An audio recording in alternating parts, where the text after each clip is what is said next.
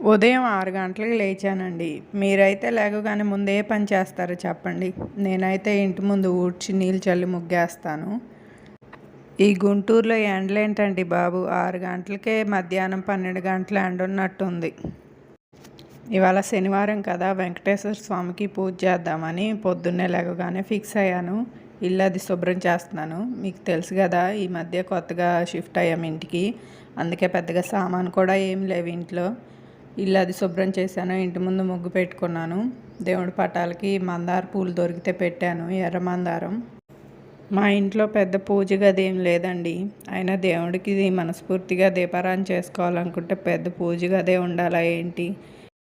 ఇలా చిన్న చెక్క మీద 2 చిన్న దేవుడి బొమ్మలు ఉంటే పెట్టాను. వాటికే దీపారాధన చేసుకుంటున్నాను ప్రస్తుతానికి. ఇంట్లో దీపారాధన స్మెల్కి మనసంతా ప్రశాంతంగా ఉండిద్ది కదండి. మీకు కూడా అంతే అనిపిస్తుందా?